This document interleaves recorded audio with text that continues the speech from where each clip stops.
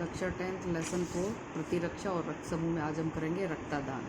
रक्तदान क्या है? रक्तदान एक ऐसी विधि है जिसमें एक व्यक्ति से दूसरे व्यक्ति के परिसंचरण तंत्र में रक्त या रक्त आधारित उत्पादों जैसे प्लेटलेट्स, प्लाज्मा आदि का स्थानांतरण करवाया जाता है।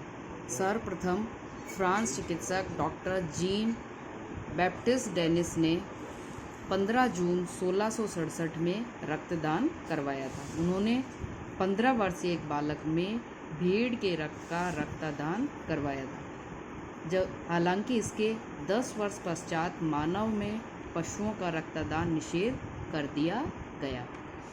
अब आता है रक्तदान की आवश्यकता क्यों होती है कि कोई चोट लगने पर अत्यधिक रक्तस्राव होने की स्थिति में रक्तदान किया जाता है।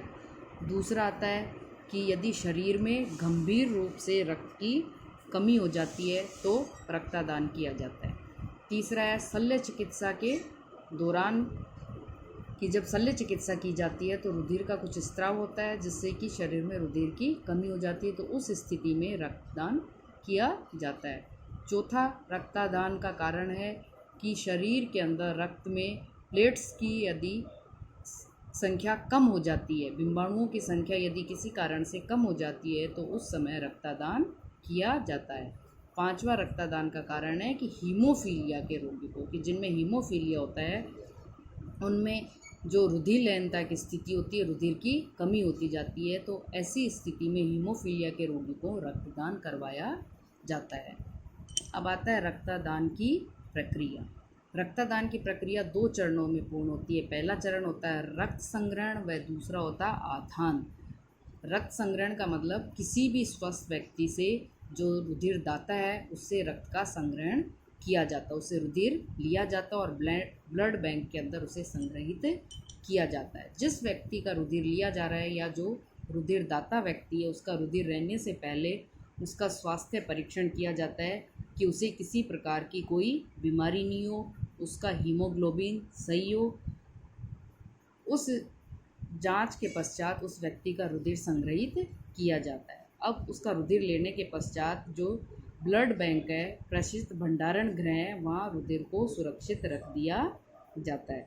अब रुधिर संग्रहण करने के पश्चात रुधिर का आदान किया जाता है कि जिस व्यक्ति को रुधिर की ज़रूरत है उसे रुधिर दिया जाता है। तो रुधिर आदान करने से पूर्व जिस व्यक्ति को रुधिर दिया जा रहा है उसका रुधिर वर्ग की जांच की जाती है, क्योंकि समान रुधिर वर्ग वाले व्यक्ति को ही रुधिर दिया जा सकता है। और RH कारक भी, अगर RH कारक पॉजिटिव है तो RH पॉजिटिव ही रुधिर वर्ग दिया जा सकता है, नेगेटिव नहीं दे सकते हैं।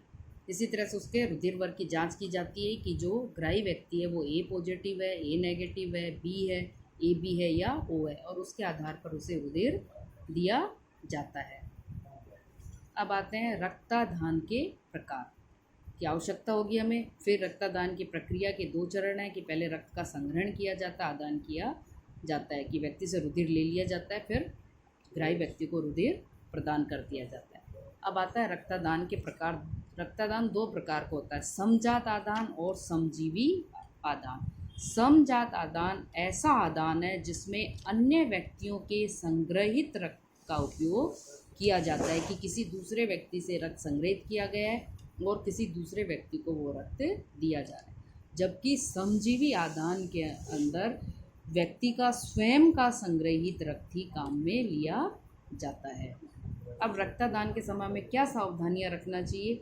सबसे पहले कि जो दाता व रोगी है उसके रक्त समूह का मिलान किया जाता है और प्रतिजन, रक्त समूह प्रतिजन की ABO रक्त समूह प्रतिजन का मिलान किया जाता है। फिर दाता के रक्त में कोई रोग कारक या हानिकारक तत्व नहीं हो इसकी जांच की जाती है, और दोनों के रक्त के RH कारक का मिलान, कि पहले ब्लड समूह है कि AB है या O है, उसके बाद में RH कारक कि RH वो पॉजिटिव है या नेगेटिव है, उसका निर्धारण किया जाता है।